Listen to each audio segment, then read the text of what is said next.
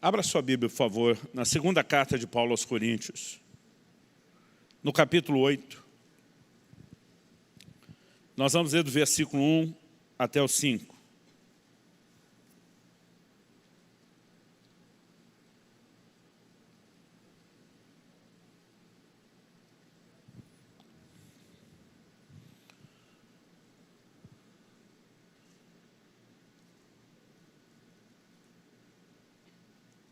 Segundo aos Coríntios, capítulo 8, do 1 até o 5. O texto sagrado diz: também, irmãos, vou ler na Nova Almeida atualizada, também, irmãos, queremos que estejam informados a respeito da graça de Deus que foi concedida às igrejas da Macedônia. Porque no meio de muita prova de tribulação, manifestaram abundância de alegria, e a profunda pobreza deles transbordou em grande riqueza de generosidade. Porque posso testemunhar que na medida de suas posses, e mesmo acima delas, eles contribuíram de forma voluntária, pedindo-nos com insistência a graça de participarem dessa assistência aos santos.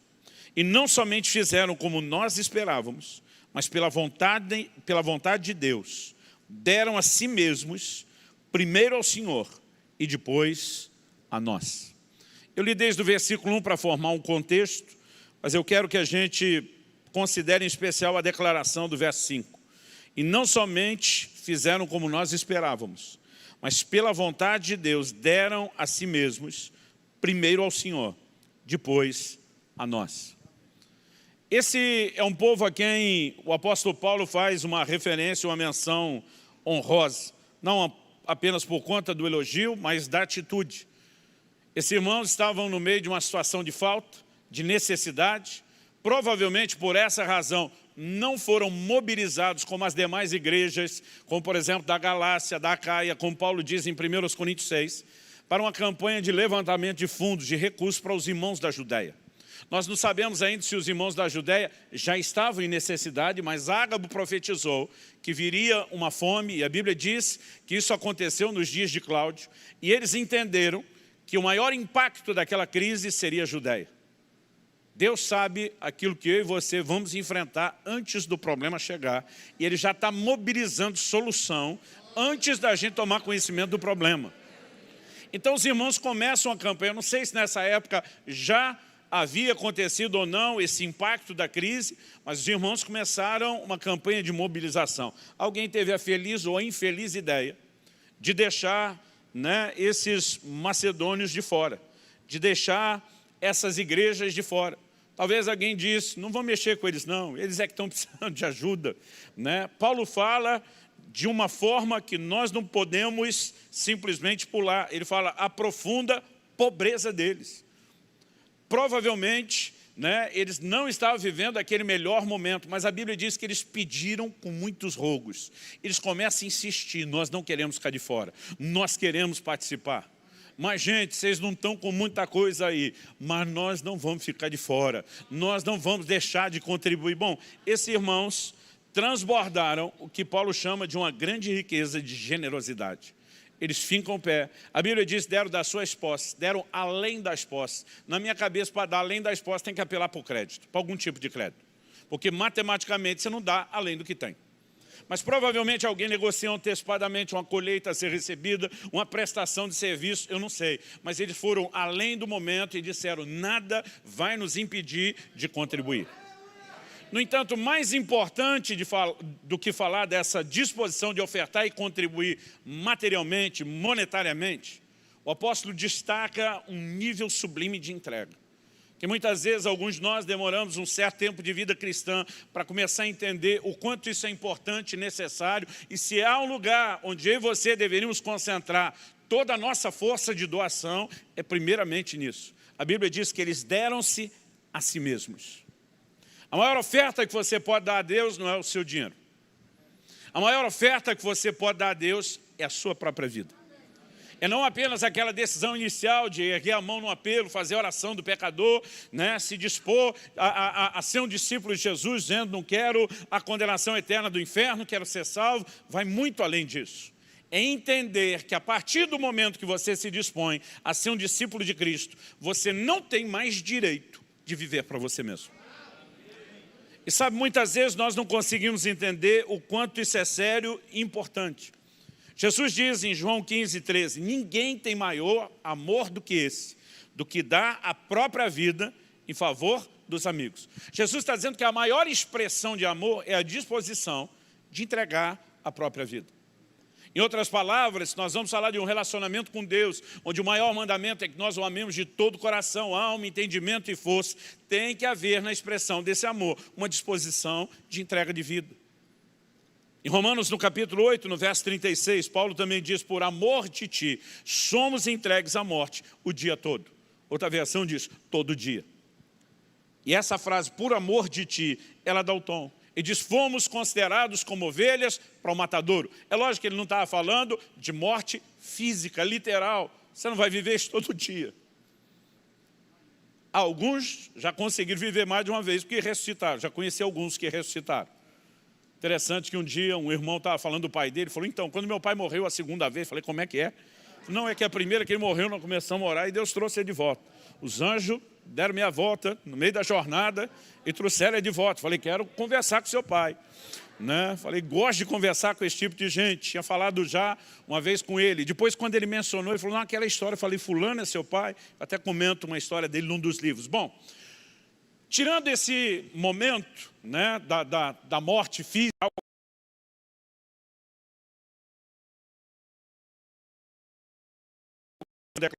e eu quero tomar aqui como outro texto que eu gostaria que você abrisse, né, prestasse atenção nele, deixasse um lugarzinho especial para continuar meditando, mesmo depois de agora, lá em Marcos, no capítulo 8, no versículo, eu vou ler do 34 até o 38. Na verdade, vou ler até o verso 1 do capítulo 9, que vem logo depois do 38. O texto diz assim, então convocando a multidão e juntamente os seus discípulos, Jesus lhes disse, se alguém quer vir após mim, negue-se a si mesmo, tome a sua cruz e siga-me. Pois quem quiser salvar a sua vida, a perderá. E quem perder a vida por minha causa e por causa do Evangelho, esse a salvará. De que adianta uma pessoa ganhar o mundo inteiro e perder sua alma? Ou que daria uma pessoa em troca da sua alma? Pois quem, nessa geração adúltera e pecadora, se envergonhar de mim e das minhas palavras, também o Filho do Homem se envergonhará dele, quando vier na glória do seu Pai com santos anjos. Dizia-lhes ainda, em verdade lhes digo, que dos que aqui se encontram, existe alguns que não passarão pela morte, até que vejam ter chegado com poder o reino de Deus. Aqui nós temos um desdobramento, onde Jesus vai falar de morte física.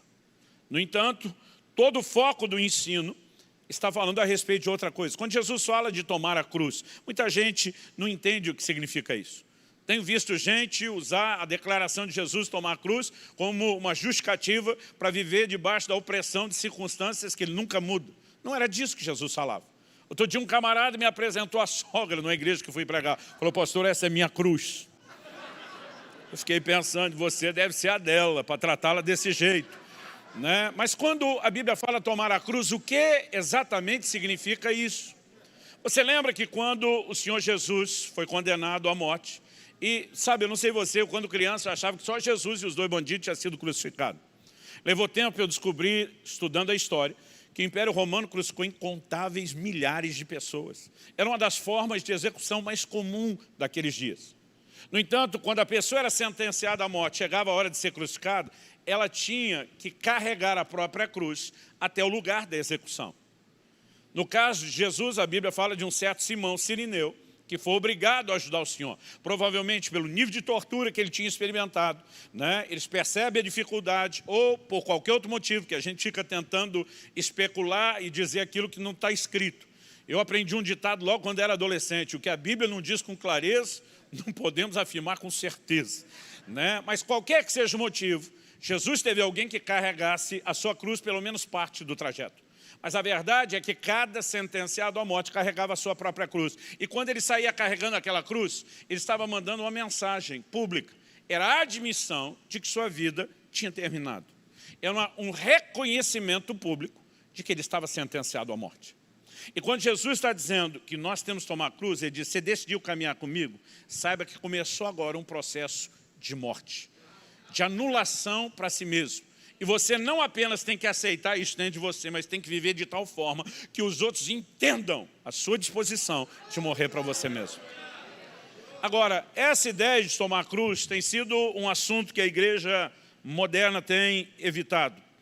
Falar de autonegação, falar de renúncia, né? Numa época onde as pessoas vivem um evangelho cada vez mais antropocêntrico, egoísta, interesseiro, né? Eu gosto de chamar isso de um evangelho transgênico. Às vezes, para alguns, é difícil entender.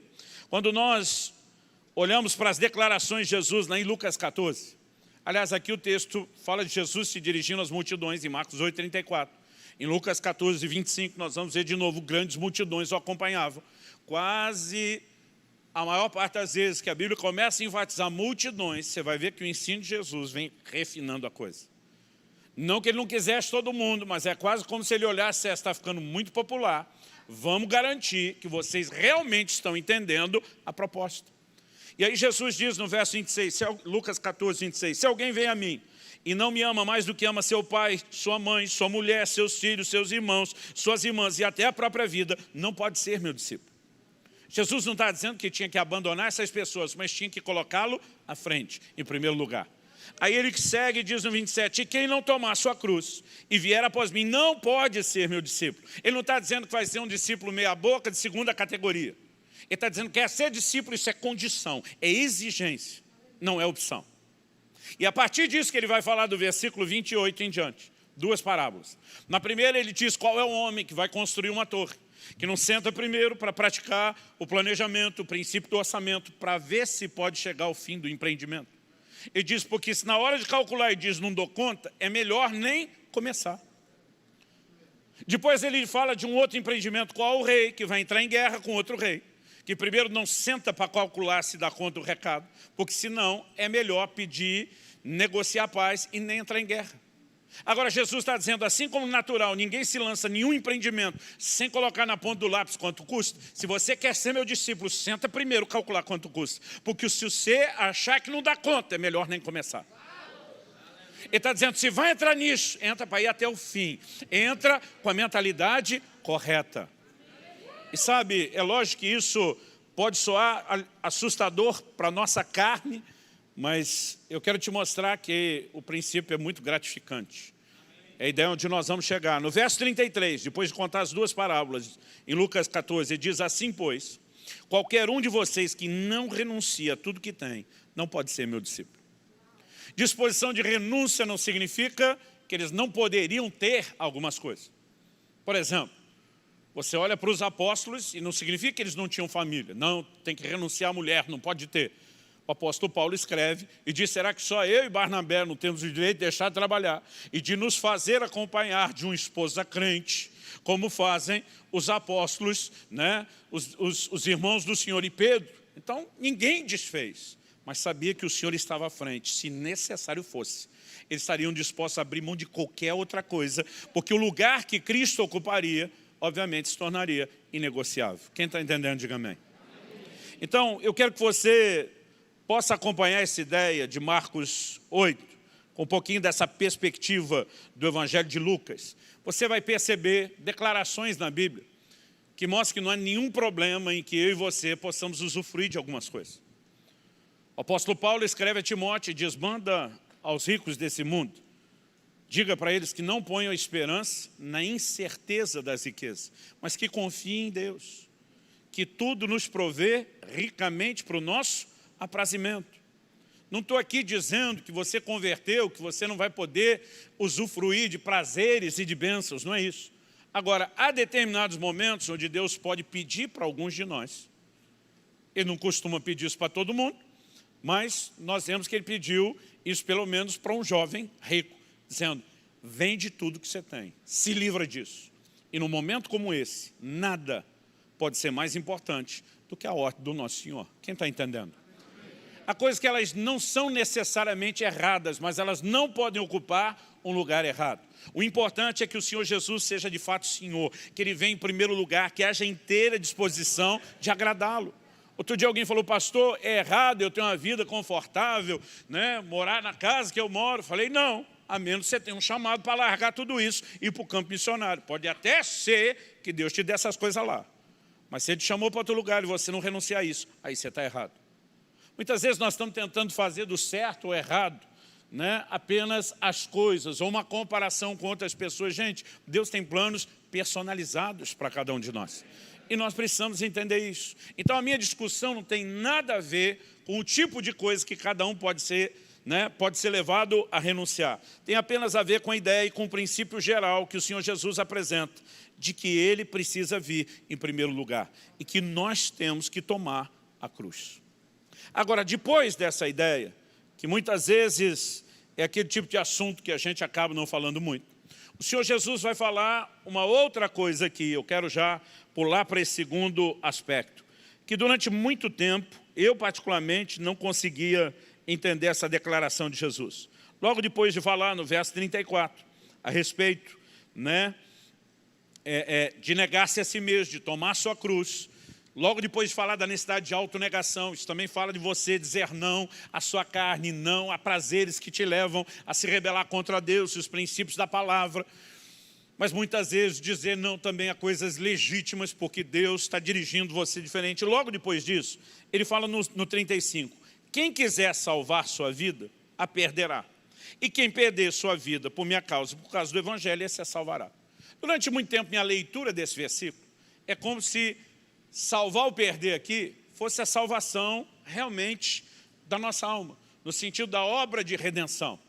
E se você tentar ler por isso, não vai fazer o menor sentido, até porque seria contraditório, né? Jesus está dizendo que quem quer salvar se perde e que quem quer perder se salva. Se perder é ir para o inferno, salvar é ir para o céu. O que tenta salvar está condenado a não dar certo.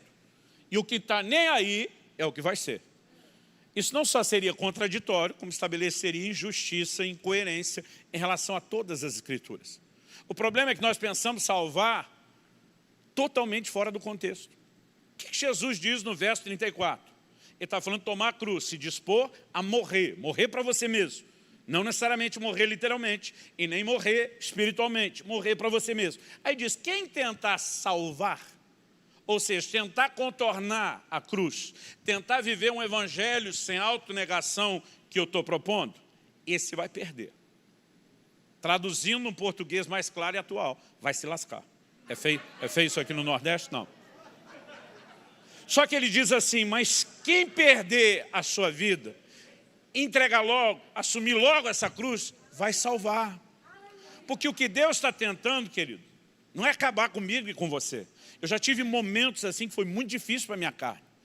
Me lembro de um ano, não era a primeira vez que tinha feito isso, tinha feito algumas vezes. E o nível de fé ainda estava crescendo, mas eu procurava obedecer a Deus. Eu lembro de um ano que eu literalmente comecei o ano dando tudo o que tinha para Deus. No meio desse tudo, entreguei o carro. No dia seguinte, ganhei um carro. Foi a colheita mais rápida. Falei, esse negócio está funcionando. Comecei a me empolgar com aquele carro. Não era o carro que eu mais gostava, que eu compraria, que eu teria, mas fiquei tão empolgado como presente de Deus, que eu comecei a dar um trato, uma ajeitada. Me bateu aquele espírito de moleque, de querer equipar o carro. 2 meses e pouco depois, nós recebemos um missionário na nossa igreja e convidamos para ele não apenas relatar como Deus está usando o campo missionário, mas para que ele levantasse suporte de intercessores a mantenedores. E quando chega a hora da oferta, eu vi ele tocando no assunto, dei uma olhada na cara do meu povo, conhece aquela turma, falei, eu vou ajudá-lo, porque eu percebi que os irmãos não estão comprando a coisa. Eu levantei do meu lugar na boa vontade, vim à frente, falei, vou pedir o microfone para ajudá-lo. Enquanto eu estava no caminho, o Espírito Santo disse, antes de pedir qualquer coisa aos outros, seja o primeiro. E ele me disse, eu quero que você oferte o carro. Gente, eu nunca fiquei tão revoltado com Deus. Falei, de novo? Falei, olha o estacionamento aí do lado de fora. Pensa no povo que tem carro, esse meu povo. Agora o senhor não mexe com nenhum deles, é sempre comigo. Não verbalizei nada disso, mas o sentimento começa a gritar dentro da gente. E eu lembro que naquele momento eu caí na bobagem de questionar o Senhor, dizendo, o Senhor já não acha que eu fiz muito? O Espírito Santo me disse, abra a sua Bíblia no livro de Gálatas, no capítulo 4. E naquela hora, quando o Senhor falou a respeito do texto, não conseguia nem lembrar o que estava escrito lá. E na hora que eu li, fui ler várias vezes para ver se eu tinha lido. E o Senhor me disse o seguinte: vá lá para Gálatas, capítulo 4, versículo 15. Deixa eu ver se é o 15. Isso. Paulo diz: porque posso dar testemunho de que, se fosse possível, vocês teriam arrancado os próprios olhos para me dar. O Senhor me disse: você chegaria a esse ponto de ofertar, entregar os seus olhos? E não era nem a Deus, era alguém. Falei: eu não tenho bem certeza. Ele disse: então não me diga que você fez muito. Eu vi que o tom de voz interior mudou. Falei para Deus: ok, eu vou entregar o carro, só vou ali falar com a minha esposa. Ele diz: desde quando você precisa consultar a sua esposa para me obedecer? Ele diz: entre em acordo quando forem os seus projetos. Quando é o meu comando, você apenas comunique. Eu falei: se eu não der o carro, ele me mata. Mas, gente, a Bíblia diz: Deus ama o que dá com alegria. Pensa num cara que não deu com alegria aquele dia. Eu dizia para Deus: injusto. Toda hora o Senhor quer arrancar tudo de mim. Eu lembro de um dia que fui falar para Deus, logo no início do meu ministério, Deus me disse: não quero que você ganhe nada com seus livros. E um dia eu fui falar para Deus: ó o fulano, ó o Beltrano, ó o Cicano, então tudo bem na fita. Só comigo que o negócio pega.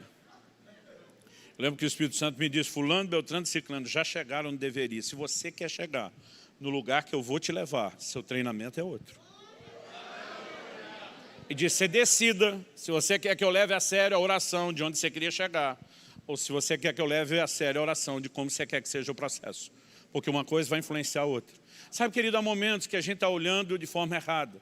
Porque a gente acha que Deus é inimigo, que se levantou contra, que está se opondo, né? São sentimentos que às vezes nos tocam.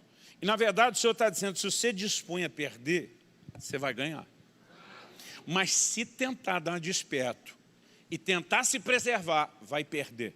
Então a verdade é que não tem como ser discípulo sem a disposição de autonegação, de morrer para si.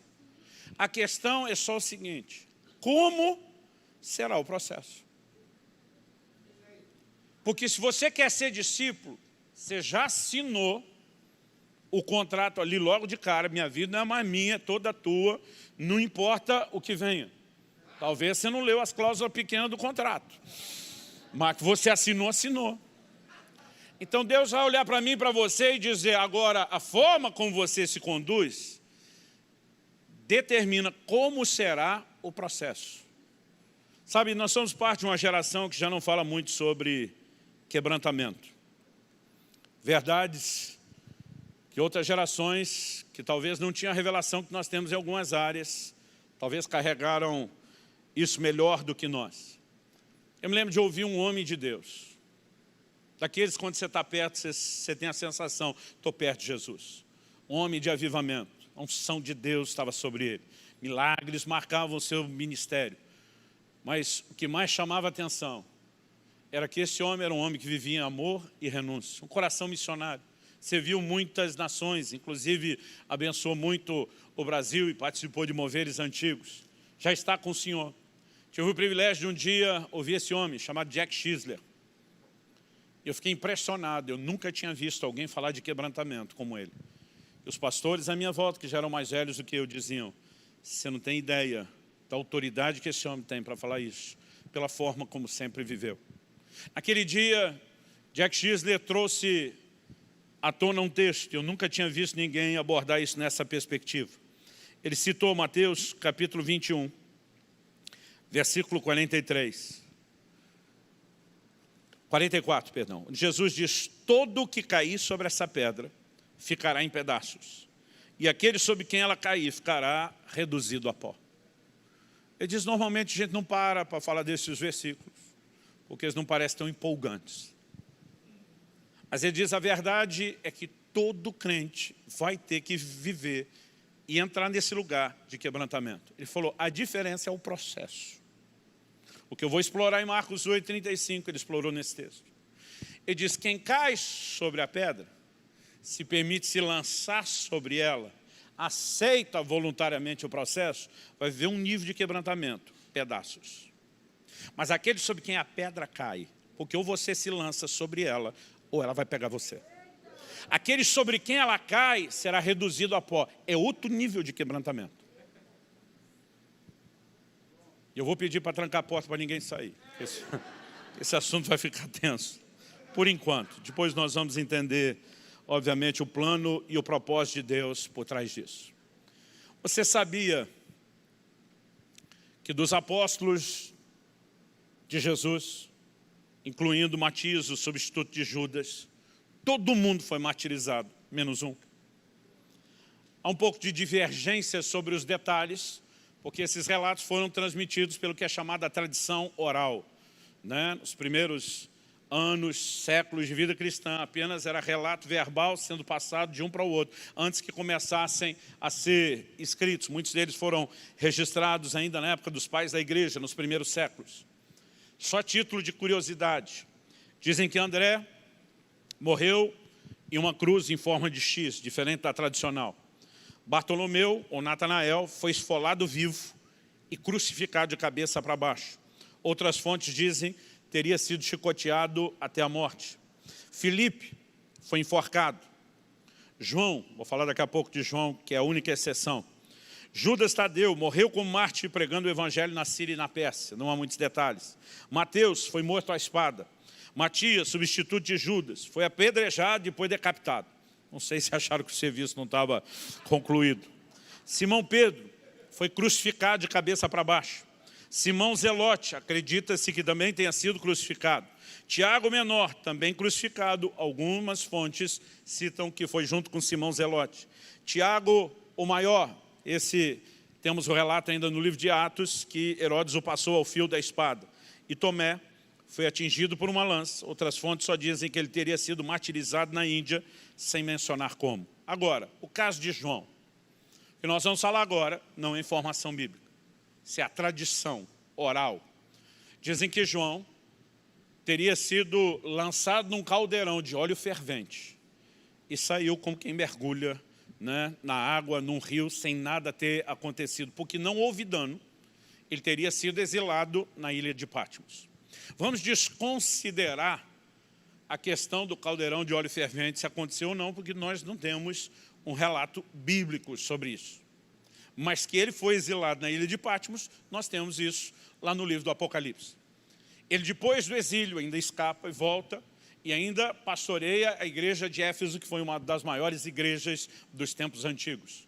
João foi o único deles que não foi martirizado. Eu ficava enroscado com essa informação. Aliás, ficava enroscado com esse assunto do João várias vezes. Porque eu não aceito a ideia de Deus ter um filho predileto, a menos seja eu. Aí eu posso abrir uma exceção. Mas cadê? Eu não faço acepção de pessoa. Mas o João, gente, eu tinha ciúme de João, sem ter conhecido João. Quando a Bíblia fala dele com a cabeça reclinada no peito de Jesus, eu ficava pensando, se acha melhor do que os outros. A Bíblia diz que ele era o discípulo amado. Pelo menos a autoestima estava em dia. Eu ficava pensando essas coisas e eu ficava incomodado com João. Eu acho que se eu fosse um dos 12, ia ser aquele que nas viagens eles andavam muito a pé, ia ficar atrás dando trança-pé, provocando, tapa na orelha, jogando pedrinha. Imagina na hora que eles chegavam na praia para desembarcar, ia dar um chega junto nele, o jogo de boca caiu na água. Ô, João, desculpa, levanta aí, já seca. Eu ficava incomodado com essa ideia, porque que João acha que é melhor. Mas quando eu ficava lendo esses relatos, que o cara foi o único, aí isso me incomodava ainda mais. No entanto, quando Deus começou a me fazer estudar um pouquinho mais esse tipo de assunto, eu percebi que o que Jesus começa falando sobre autonegação em Marcos 8, termina com a divisão errada. Sabe que a Bíblia não foi escrita em capítulos e versículos. Essas divisões são posteriores. Levou cerca de 1.200 anos da era cristã para ter uma divisão em capítulo. Cerca de 1.500 anos, o Brasil sendo descoberto para ter a divisão em versículos, só para facilitar a gente localizar. E algumas dessas divisões foram infelizes, porque o versículo 1 do capítulo 9 de Marcos, na verdade, deveria ser o final do 8, porque ele está exatamente na sequência. Aí, de repente, Jesus muda o assunto para falar de morte física. Há alguns de vocês aqui que não vão morrer, sem que primeiro vejam o reino de Deus chegado com poder. E nós vamos ver que a Bíblia relaciona essa frase de Jesus com o que aconteceu com João. E é importante que eu e você possamos entender algumas coisas. Embora nós estamos falando de autonegação, eu quero te mostrar que até a forma como cada um deles morreu também não foge desse assunto que nós estamos tratando. Você sabe quando Jesus está no Getsêmani e foi preso, foi Deus nos acuda, uma correria. Os discípulos saíram desesperados para todo lado. A Bíblia diz, cumpriu-se a Escritura, ferirei o pastor e o rebanho dispersará. O Evangelho de Marcos é o único a falar de um jovem que estava enrolado num lençol. Alguns estudiosos especulam se não teria sido o próprio Marcos. Enrolado num lençol. Quando os guardas tentaram prendê-lo, ele largou o lençol e fugiu nu, tamanho desespero. Mas apesar desse esparramo geral, todo mundo fugir, a Bíblia nos fala a respeito de dois, que apesar de terem corrido, não abandonaram o Senhor, eles vão seguindo a distância. O Evangelho de João diz que esses discípulos eram Pedro e o próprio João. De todo mundo que fugiu, Pedro e João vão acompanhando. Quando Jesus entra no Sinédrio, eles também entram. Mas a partir do momento que eles vão entrar, começa a diferença. A Bíblia também informa no Evangelho de João que João era conhecido do sumo sacerdote. A tradição diz que ele fornecia peixe lá. Não sabemos se esse era o motivo, mas o que a Bíblia diz que ele era conhecido. Então, quando chegam, João já foi reconhecido. E aí que vai fazer sentido a pergunta para Pedro. Porque a mulher do portão pergunta, você também é discípulo dele? Tipo, esse nós já sabemos, porque esse é conhecido da casa. Você também? Aí Pedro diz, eu não. E agora que os únicos dois que estão caminhando começam a agir de forma diferente. Pedro negou o Senhor por 3 vezes. João já entra com todo mundo sabendo que ele é um discípulo de Jesus. E a maneira como cada um se posicionou vai determinar o seu destino. Quando você lê o Evangelho, eu não vou passar cada texto, você pode anotar, mas, por exemplo, Lucas 23, 49 diz que todos os discípulos permaneciam de longe. Apenas um pequeno grupo estava perto da cruz. Entre esse grupo, a mãe de Jesus e o próprio João, a quem Jesus da cruz diz, filho, eis aí tua mãe, mulher, eis aí teu filho. O único que estava próximo o suficiente para ouvir essa instrução direta do Senhor. Enquanto a maioria fugiu, e fugiu por quê? Por que Pedro está negando Jesus? Ninguém queria morrer. João se posiciona com quem diz, quer matar? Mata. Sou discípulo, vocês sabem que eu sou, não vou negar isso. Ele está perto da cruz e ele diz, assumo isso até as últimas consequências. O interessante é que o único que se dispôs a perder, salvou. Foi o único que não foi martirizado. Todo mundo que tentou salvar, perdeu. Sabe, eu não consigo olhar para essas coisas e dizer que elas simplesmente são coincidências. Ainda acho que para todos esses, não estou tratando como punição, ainda acho que foi uma honra. O livro de Hebreus fala de pessoas que não aceitaram o seu livramento. Quando fala de pessoas que foram cerradas ao meio, e vai falando de gente que morreu, não aceitaram o seu livramento. Poderiam, pela fé, se apropriar de um livramento. E disseram, não vamos ao crédito. A Bíblia diz, porque visavam uma superior ressurreição. Então, não quero também fazer você olhar isso da forma errada. É muito difícil a gente tratar de tanta coisa e manter o equilíbrio, mas apesar de não olhar só como punição, nós temos que ver que há uma diferença no processo. E quando eu olho para a Escritura, há temor no meu coração, porque, gente, há uma evidente diferença no desfecho da vida de Pedro e de João. Vamos comigo lá para o Evangelho de João, capítulo 21. João 21. Depois das 3 vezes, verso 18. Depois das 3 vezes, Jesus pergunta a Pedro, Pedro, tu me amas? E Pedro responde positivamente, o Senhor diz, apacenta as minhas ovelhas. Nós entramos nos versículos 18 e 19, onde o Senhor diz assim, em verdade lhe digo, que quando era mais moço, você se cingia e andava por onde queria. Mas quando você for velho, estenderás as mãos, outro te cingirá e o levará para onde você não quer ir. Durante muitos anos, nas minhas Bíblias de estudo, eu botar um ponto de interrogação nesse verso 18. Mas o verso 19 explica. Diz assim, Jesus disse isso para significar com que tipo de morte Pedro havia de glorificar a Deus.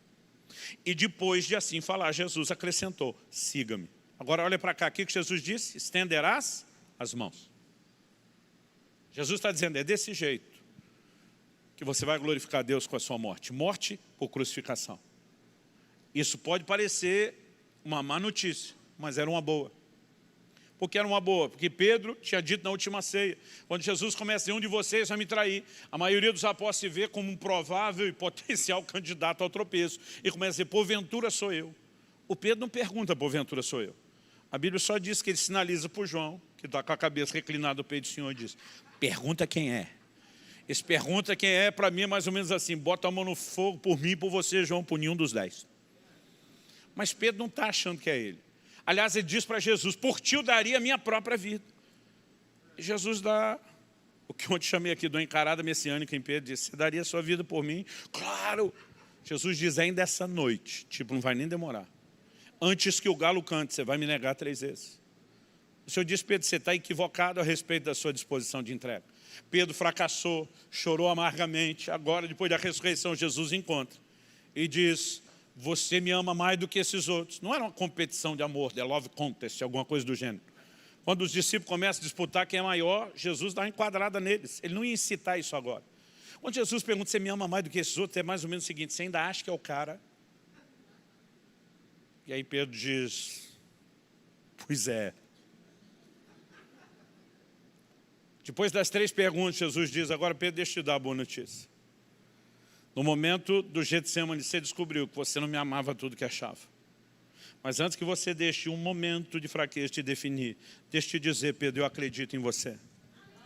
Vai chegar um momento onde você estará pronto para cumprir o que prometeu. Então, a notícia era boa. Agora eu fico imaginando o Pedro voltando para os demais. Porque havia uma expectativa. A turma sabia o que Pedro fez. Jesus agora chama para uma conversa à parte. Porque olha o verso 20. Então Pedro, voltando-se, viu que o discípulo a quem Jesus amava vinha seguindo.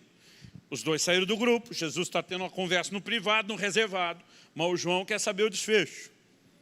Eles eram muito amigos, estão o tempo todo juntos. E está seguindo. Quando Pedro vê que o João está seguindo, qual foi a pergunta? O texto diz assim, voltando-se viu que o discípulo a quem Jesus amava vinha seguindo. Era o mesmo que na ceia havia se reclinado sobre o peito de Jesus para perguntar, Senhor, quem é o traidor? Ao vê-lo, Pedro perguntou a Jesus, e quanto a este? Nós temos uma mania besta de se comparar. Mas ao mesmo tempo, Pedro entende o que Jesus está dizendo. Se o Senhor está dizendo que não adiantou nada eu escapar da primeira possibilidade de morte, que o Senhor vai dar a segunda chance.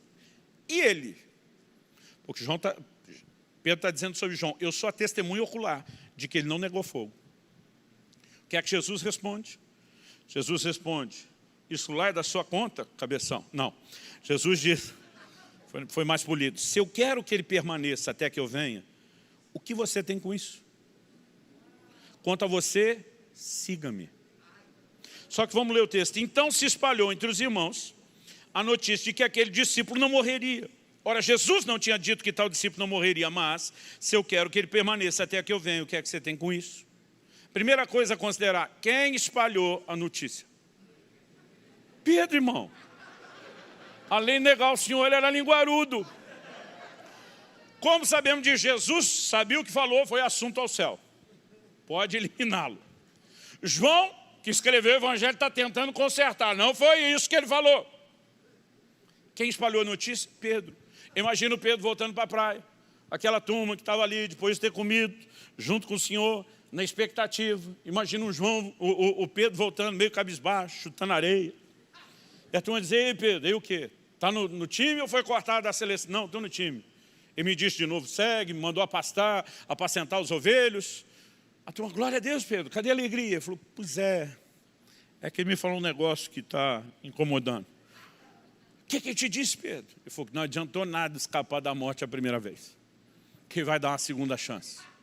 Imagina a turma, sério, sério. Imagina o Pedro ainda falando, isso serve para mim, serve para vocês tudo, cambada. Porque vocês correram tudo também. Aí imagina o Pedro olhando para a turma e dizendo, adivinha quem é o único que não vai morrer que nem nós. Os caras, não.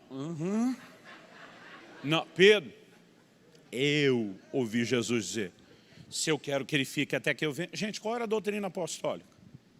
Quando o Senhor voltar aos mortos, ressuscita. os que permanecerem vivos até a sua vinda vão ser transformados. Se ele não morre até o Senhor voltar, não morre nunca mais. Esse não vai morrer. Espalharam a notícia, tinha base bíblica até. Agora João está dizendo, Jesus não disse que o discípulo não morreria. Ele está dizendo, Pedro não entendeu, eu entendi muito bem. Eu lembro quando eu era adolescente, um dia meu pai insistiu que eu acompanhasse numa visita pastoral que ele foi fazer. Na verdade, não era nem ninguém da igreja, era uma pessoa que queriam que fosse evangelizada. Naquela época, tinha sido cheio do Espírito Santo, estava empolgado. Meu pai imaginou que era uma oportunidade de aprendizado, e lá fui eu com ele. E eu nunca tinha visto um cara tão doido na minha vida, tão cheio de ideia maluca como aquele cara. Ele olhou para o meu pai e falou, a igreja nega isso, tenta esconder. Estava falando principalmente da igreja romana, né, no mundo. Ele falou, mas João está vivo até hoje. E o argumento dele era esse. Jesus disse que ele não morre sem, né, que ele fica vivo até que ele venha, ele está por aí. Eu já com a minha cabeça de adolescente dramático, já imaginei um João todo velho, enrugado, as unhas gigantes, cabelo comprido, pensando na criatura milenar, tipo Highlander, alguma coisa assim. E aí começou um debate ali entre eles. Meu pai está dizendo, não, mas o próprio João disse, não foi isso, mas não foi isso o quê? Eu não esqueço a resposta de meu pai. Meu pai disse, João viveu o cumprimento da declaração de Jesus na ilha de Patmos, quando ele assiste camarote VIP antecipadamente todo o desfecho da vinda gloriosa do Senhor. É por isso que antes disso não adiantava lançar em caldeirão de óleo fervente, porque se tinha alguém que estava guardado por uma palavra, era João. Mas não é porque ele era mais amado que os outros, porque Deus não faz acepção de pessoas. É porque esse camarada tinha andado dentro de princípios. E o Senhor diz, por causa disso, eu vou também tratá-lo de uma forma diferenciada. Um dia eu estava reclamando com Deus, por que só o João que ganhava colo? O Espírito Santo falou comigo, a Bíblia não diz que eu reclinava a cabeça no peito de João. Nunca tratei João diferente dos demais. Ele diz, nunca vou tratar meus filhos diferente uns dos outros. Mas quando alguns de vocês me tratam diferente, eu aceito. A diferença não estava em Jesus. A gente fica imaginando que o João é que era o mimado, tinha a moral toda. Ele era o diferencial na forma de tratar o próprio Senhor. E sabe, quando você começa a entender essas coisas, você percebe que aquela proposta inicial de dispõe e perder, ela na verdade é ganho, não é perda. Ele diz, quem perder, quer aceitar a cruz, vai salvar. O processo não precisa ser tão doloroso. Gente, muitos de nós temos sofrido desnecessariamente. Sabe, eu sei que Deus tem propósito e que aproveita circunstâncias que a gente não entende, converge para o bem, mas essa coisa de tentar fazer parecer que Deus causou tudo por causa do propósito, ela tem levado pessoas a conclusões muito equivocadas. Ah, Deus aproveitou o naufrágio de Paulo na ilha de Malta, evangelizou a ilha, avivamento é verdade, mas Paulo antes de chegar lá disse, vocês tinham que ter me ouvido e não sair de Creta. Todo homem casado aqui já ouviu isso algum dia. Você tinha que ter me ouvido. As mulheres, ajudadoras, Deus colocou do lado, diz, eu te disse, eu falei. O pior é quando não fala, só olha e comunica não verbalmente. O que Paulo está dizendo, não precisava acontecer. Gente, às vezes a gente acredita que a única forma, né, de Deus evangelizar uma ilha é com o prejuízo dos outros. Eu acho que ele tem inteligência suficiente para criar outros meios. Agora, mesmo quando nós somos rebeldes, Deus ainda consegue, mesmo que a gente colhe as consequências de escolha errada, ainda consegue, porque nos ame, que é o nosso melhor, tirar lucro. Eu escrevi um livro inteiro para falar sobre confiança em Deus, chamado O Agir Invisível de Deus. Eu conto como, a partir de um acidente que eu tive, Deus mudou o meu entendimento sobre o controle e a soberania dele. Só que cada um lê isso, às vezes na sua perspectiva e escola. Eu estava no início do meu ministério, aquele acidente me gerou uma crise, porque eu dizia para Deus, isso foi coisa do Satanás, do miserável do Satanás. Mas eu dizia para Deus, o diabo só pode tocar com permissão. Ou nossa, por isso que a Bíblia diz, não dê lugar ao diabo. Falei, ou uma permissão soberana sua. Eu dizia para Deus, nós dois sabemos que não fui eu que dei a permissão. Logo está dizendo para Deus, por que é que o Senhor faria isso? Qual o motivo para o Senhor deixar isso acontecer? Gente, por mais de um ano, questionei, indaguei Deus, não tinha palavra, não tinha resposta. Aquele negócio assim me consumia. É lógico que eu mantinha isso do lado de dentro. né? Eu digo para as pessoas, tem coisa que você não precisa falar, especialmente aquilo que não está resolvido dentro de você. E eu mantinha aquilo dentro de mim. 1 ano e 3 meses depois, quando estava sendo ordenado ao ministério, pastor Francisco, um dos 3 homens de Deus, estava impondo as mãos sobre mim. Na hora que ele botou a mão sobre a minha cabeça para orar, todos os 3 pastores deram palavras proféticas muito marcantes, impactantes naquele dia. Irmão Francisco fez um negócio que eu nunca vi ninguém fazer. E falava dos segredos do meu coração com a propriedade. Eu lembro que eu fui falar depois com ele. Falei, cara, nunca vi alguém profetizar desse jeito, né? Trazer os segredos do coração de alguém dessa forma. Que coisa doida foi aquela? Ele falou para mim, eu não estava profetizando. Eu falei, como não estava profetizando? Esse aqui não é profecia o quê? Ele olhou para mim e falou, na hora que eu impus a mão sobre a sua cabeça, eu tive uma visão aberta. Ele falou, vi um anjo de Deus em pé do seu lado. Eu falei, como assim, viu? Ele falou, vi. Foi uma coisa esfumaciada. Ele falou, não, vi como estou te vendo, ouvi ele como você está me ouvindo. Ele se colocou em pé do seu lado e se apresentou para mim, dizendo, fui enviado da parte do Deus Altíssimo, Todo-Poderoso. E falou para ele assim, apontando para mim e para os outros 2 colegas que estavam sendo ordenados, e disse, porque você tem uma preocupação muito grande com eles. E diz, mas o Senhor te faz saber que eles estão no lugar certo, na hora certa, fazendo a coisa certa. E depois disso aliviar o coração do Francisco, eu falei para ele várias vezes, ele partiu para estar com o senhor no final do ano passado, mas foi alguém que me mentoreou desde o início da minha caminhada. Eu falei para ele algumas vezes, eu falei, hoje nem eu teria ordenado eu mesmo ao ministério, naquela época, entendendo a falta de maturidade, eu entendi a apreensão dele. Mas o Senhor tranquilizou ele. Mas logo depois de tranquilizar e falar que a gente estava no lugar certo, na hora certa, fazendo a coisa certa, o anjo apontou o dedo para mim, do meu lado, e falou, quanto, porém, a este? E aí o caldo entornou para o meu lado. Ele disse assim, ele é rebelde, e ele não aceita o tratamento de Deus na vida dele. Não pensa no negócio que doeu. O anjo aparece para Daniel, chama de homem muito amado. Para Gideão, homem valente. Falei, tinha nenhum elogio para mim? Me rebelei para provar que não era rebelde, mas não adiantou. O anjo falou para o Francisco, diga para ele, que o acidente de carro que ele teve no ano passado foi exatamente como ele diz nas orações dele, uma tentativa de Satanás contra a vida dele. Mas o anjo disse assim, diga, porém, por que Deus o permitiu. E disse, Satanás o via como uma ameaça e queria pará-lo, porque se incomodava. O ministério estava crescendo, rompendo, sinais, prodígios. Eu muito cedo comecei a ver muito resultado. Aí ele falou assim, mas Deus precisava pará-lo para não perdê-lo. Hoje diz, o ministério dele estava crescendo mais rápido do que a capacidade dele de se deixar ser trabalhado por Deus. Era só uma questão de tempo, ele iria sucumbir debaixo do peso do ministério. O sucesso se transformaria em fracasso, porque ele não tinha estrutura. O diabo queria pará-lo, porque o via como uma ameaça. Deus precisava pará-lo para não perdê-lo. E sabe, isso foi algo que mudou minha vida. Nunca mais ousei questionar absolutamente nada do Deus que eu confio. Só que quando eu conto a história só até aí, alguns vêm falar comigo às vezes assim, Humberto, como se tinha que ter acontecido o acidente. Eu digo, não tinha. Mas como que não tinha? Falei, desde o início daquele ano, de 1993, o Espírito Santo estava falando comigo, para de viajar. Eu quero que você vá pastorear. Mas eu não queria pastorear. Eu sou filho de pastor, não gostei do que eu vi quando era criança. Não queria. E tem momentos que Deus deixa eu e você que nem Pedro. Quando é mais moço, manda no seu nariz, vá onde quer, veste. Ele diz, vou deixar você achar que você manda alguma coisa. Mas um dos sinônimos de maturidade é a gente entender que outro vai nos cingir, outro vai nos guiar, às vezes onde a gente não quer. E sabe, se eu tivesse ouvido aquela voz, eu não precisava de um processo tão doloroso, gente. Não precisava de perdas materiais, não precisava de toda aquela crise que eu passei, se eu só tivesse obedecido.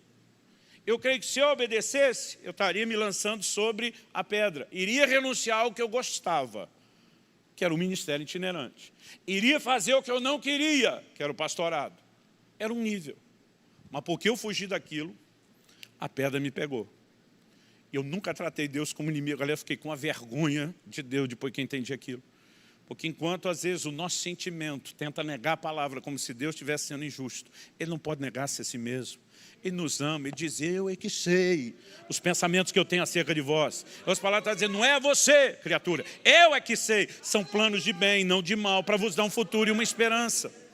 Agora, muitas vezes nós estamos pagando uma conta maior, desnecessariamente. E com o tempo aprendi a olhar para Deus e dizer, não existe entrega que seja perda. Deus disse para Abraão, Gênesis 22. Pega o seu filho, seu único filho, o filho a quem você ama. Um dia eu estava lendo isso, falei para Deus, está de brincadeira. Já é difícil, quem é pai aqui sabe, nós não temos nada mais valioso que um filho. Já é difícil entregar um filho, agora o camarada está esperando aquele filho por tanto tempo, agora o milagre aconteceu, alguns poucos anos celebrando, o senhor vai tomar ainda ficar lembrando, o teu filho, o único filho, o filho que você ama. Mas quando Abraão se dispõe a entregar, ele vai descobrir que Deus nunca quis tirar o filho. Deus só queria manter as coisas no lugar certo. Aliás, alguém disse com muita propriedade, Deus não nos prova para saber quem a gente é. Ele é onisciente, Ele sabe tudo. Ele nos prova para que a gente saiba quem a gente é.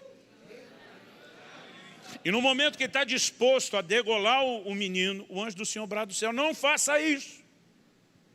Eu gosto de ler a Bíblia me colocando lá dentro da história, com emoção. Se fosse eu na tensão daquilo, já gritaria de volta, se decida, quer ou não quer o menino? Eu acho que os céus gritaria de volta, eu nunca quis o menino. Eu só queria a sua disposição de me colocar à frente. Pega o menino de volta e de lambuja, eu vou lhe dar uma descendência numerosa, é filho que não vai ter conta. Sabe, Deus nunca está tentando nos sabotar. E nós precisamos jogar fora esse engano maligno. Isso é aquela incredulidade camuflada, o sentimento diferente do pensamento, que às vezes a gente vai clareando. Ele simplesmente vai colocando a coisa dentro de nós que a gente não percebe. O apóstolo Paulo diz, seja Deus verdadeiro e todo homem mentiroso. Se alguém que eu e você podemos confiar, que não vai negar a si mesmo, não vai anular sua palavra, não vai anular quem é Deus. Nós precisamos nos entregar ao cuidado dele. E cada vez que ele está dizendo sacrifica algo, ele está dizendo, eu estou te dando a proposta menos dolorosa. Agora, se você reluta com isso, você pode pagar um preço mais caro. E não significa que Deus queria que aquilo aconteceu. Às vezes está acontecendo só por causa da nossa teimosia. Mas a parte boa é que mesmo quando ainda damos algum trabalho e somos teimosos, Deus sabe pacientemente como lidar conosco. Quem está entendendo, diga amém. Há uma recompensa para os que se rendem. O Senhor diz, se perder, vai salvar.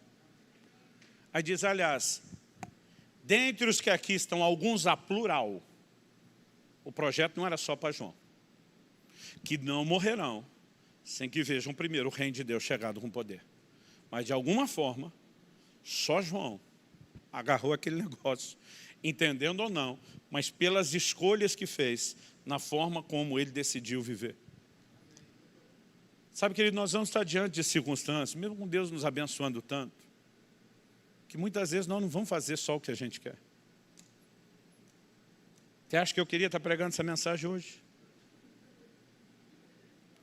Eu gosto das que nem foi do outro grupo aqui, para não deixar vocês sem graça, onde tiver uma noite de grande encorajamento. Às vezes eu falo para Deus, por que o Senhor faz isso comigo? Por que o Senhor me faz apertar e arrochar o pessoal?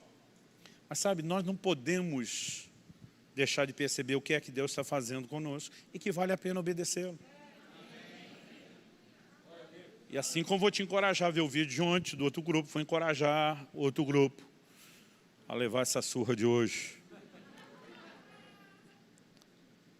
O tempo passa e nós começamos a perceber que não há nada que você faça para... Lá atrás, um dia, eu já tive tanta crise com Deus, falei do negócio dos livros.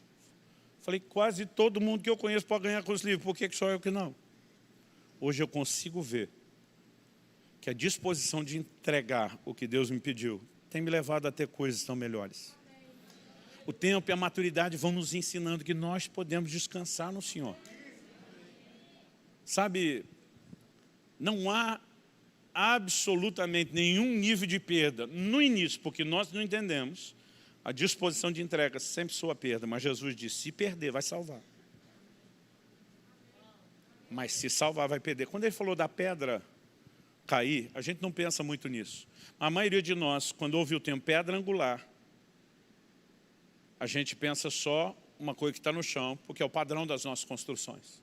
Nos arcos romanos, como você vê no Coliseu, em quase todas as construções, pedra angular, eu aprendi isso lá na Itália, é aquela que fica no meio do arco. Ela dá o ângulo de encaixe de todas as outras pedras. E se ela não fosse devidamente planejado o corte, em algum momento, ela descia. E o estrago era grande. Jesus está falando de uma pedra, lá em Mateus 21, que é Ele. Ele diz, ou você se lança sobre a pedra, ou a pedra pega você. Eu não sei você, mas eu acho mais inteligente me lançar e viver um nível de quebrantamento menor. Irmãos, ao longo da caminhada, alguns de nós temos vivido algumas dores desnecessárias.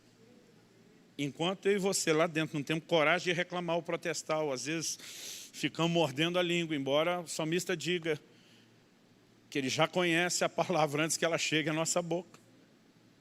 Você pensou, ele ouviu. Você vai pensar, ele já ouviu. Eu já aprendi a ser honesto. Eu falo, Deus, não dá para esconder mesmo. Está aqui, me ajuda a administrar. Sabe, enquanto muitas vezes nós estamos nessa relutância interior, acho que Deus está olhando e diz, se você tivesse feito o que eu orientei, não precisava acontecer isso. Mas mesmo quando eu e você ainda tropeçamos, e às vezes estamos pagando um preço mais caro do que precisaria, ainda haverá graça, favor, misericórdia ao longo do processo. Eu tenho vivido algumas coisas nesses 27 anos de pastorado, quase 30 pregando, que a gente olha e diz que maravilha, que coisa boa. Mas tem vivido momentos de ter que dizer, Senhor, eu vou fazer isso, o Senhor está mandando, mas não queria não.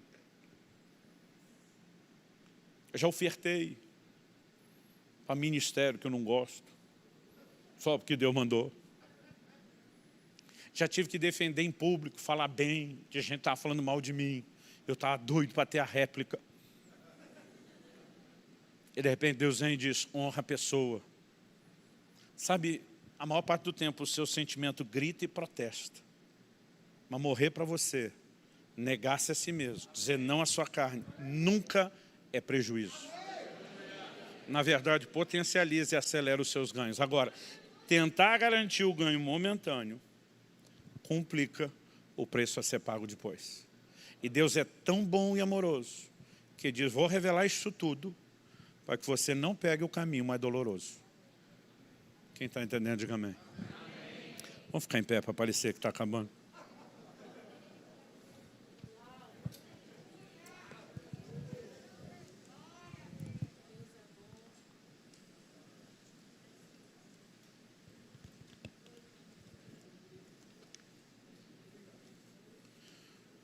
Comentei com alguns irmãos esses dias. 2019 eu corri como nunca tinha corrido na minha vida. No início do ano falei para minha esposa, esse ano eu vou trabalhar por 2. Mas falei para ela, ano que vem eu paro. Ela me olhou com a cara de, já ouvi isso antes. Falei, eu sempre te disse que eu gostaria. Mas agora eu tenho um comando de Deus, 2020 eu paro. Antes de saber da pandemia, eu entendi que era um ano que eu precisava estudar, escrever, produzir outros tipos de materiais. E vou dizer para você, fiquei imaginando o que seria depois de 17 anos, passando em média 3 dias por semana fora de casa. O que seria, de repente, quase não viajar. Tinha reduzido uns 80 e pouco por cento minha agenda. Não imaginava que com pandemia ia parar sempre. Alguém esses dias falou, tu deve estar desesperado para viajar. Eu falei, meu irmão, na real, se Deus me pedir para voltar àquele ritmo, eu acho que eu vou ter trabalho. Eu gostei. Gostei demais desse tempo. Todo dia o irmão falou, pastor, eu te invejo. Eu falei, por quê? O senhor vive passeando. Eu falei, você está maluco?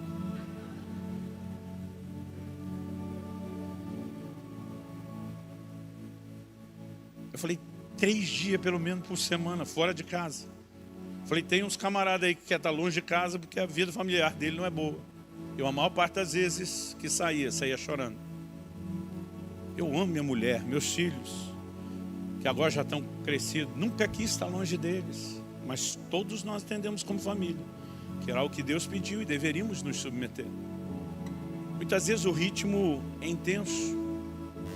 As pessoas acham que você vai pregar à noite e que no momento que você subir no púlpito vem um download instantâneo automático, que você não precisa gastar tempo estudando a palavra, preparando nada.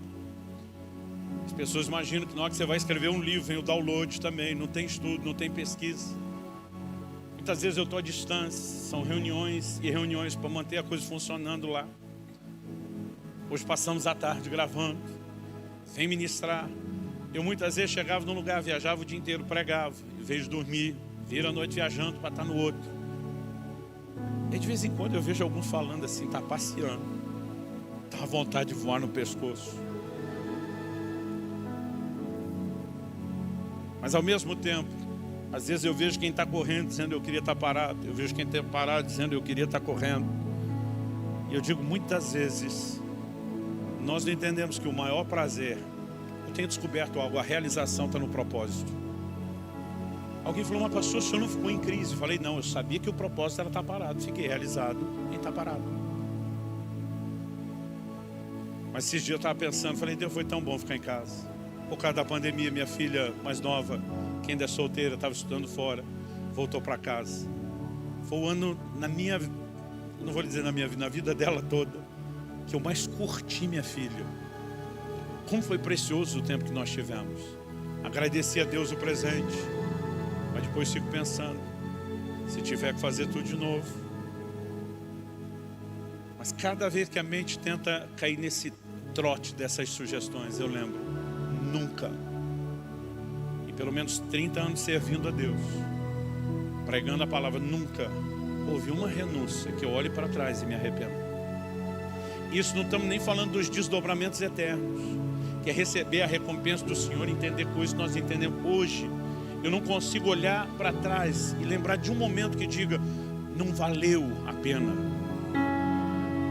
Irmão, um dia eu e você vamos cruzar os portais da glória. E quando o Senhor olhar para mim e para você com um sorriso no rosto, dizendo, servo bom e fiel. Eu imagino, meu irmão, nós olhando para trás, tudo quanto é perrengue que nós aguentamos nessa caminhada de serviço a Deus. A gente dizendo, valeu a pena, valeu a pena, valeu a pena.